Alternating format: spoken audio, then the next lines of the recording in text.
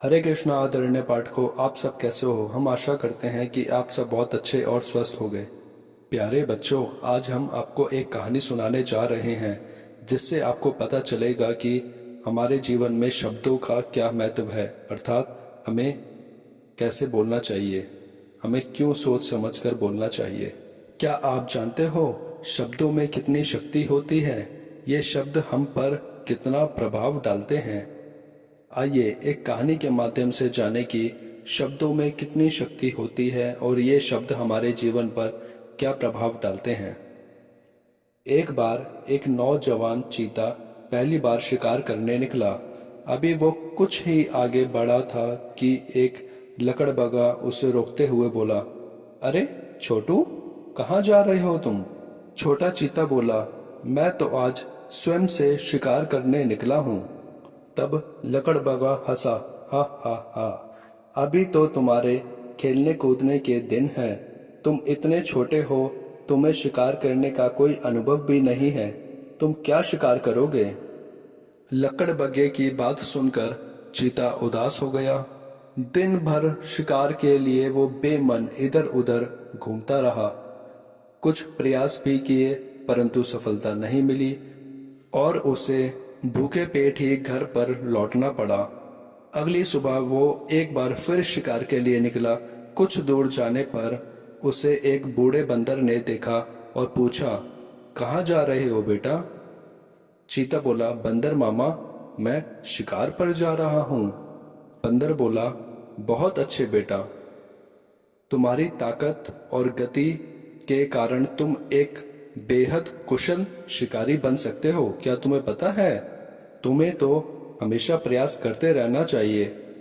सदा प्रयास करते रहोगे तो तुम्हें एक ना एक दिन सफलता अवश्य मिलेगी। जल्दी जाओ, तुम्हें सफलता अवश्य मिलेगी। यह सुन चीता उत्साह से भर गया और कुछ ही समय में उसने छोटे हिरण का शिकार कर लिया।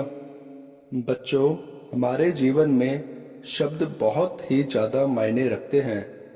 दोनों ही दिन चीता तो वही था, उसमें वही फुर्ती थी, वही ताकत भी थी। परंतु जिस दिन उसे डिस्करेज अर्थात निराश किया गया, वो असफल हो गया। और जिस दिन उसे एनकरेज अर्थात प्रोत्साहित किया गया, वो सफल हो गया। तो आइए जाने आज की कहानी से हमें क्या शिक्षा मिली।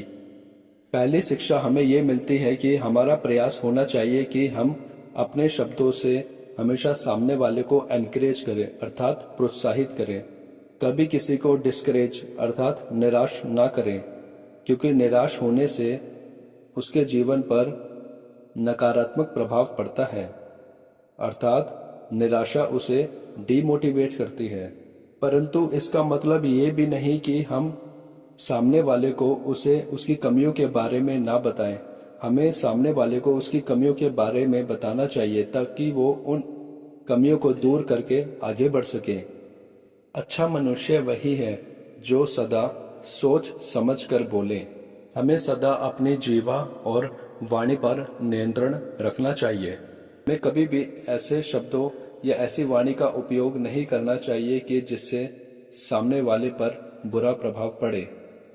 बच्चों, क्या आप जानते हो, जब आपको कोई डांटता है या कोई गलत बोलता है तो आपको भी बहुत बुरा लगता है। इसी प्रकार हमें भी कभी किसी को गलत नहीं बोलना चाहिए। दूसरी शिक्षा, हमें सदा ऐसे लोगों से, ऐसे मित्रों से दूर रहना चाहिए जो हमेशा गलत बातें करते हों या नेगेटिव बोलते हों।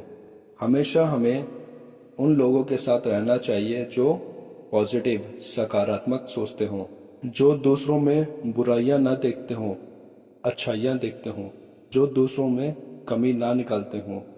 कमी निकालने वाले लोगों से, मित्रों से हमेशा हमें दूर रहना चाहिए।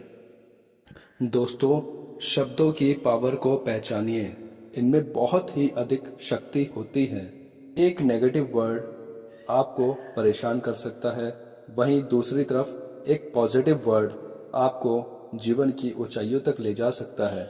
इसलिए हमेशा पॉजिटिव अच्छे लोगों के साथ रहें, बुरे लोगों के साथ मित्रता ना करें।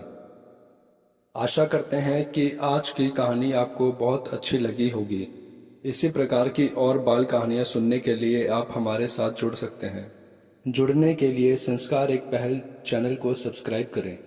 हरे कृष्णा।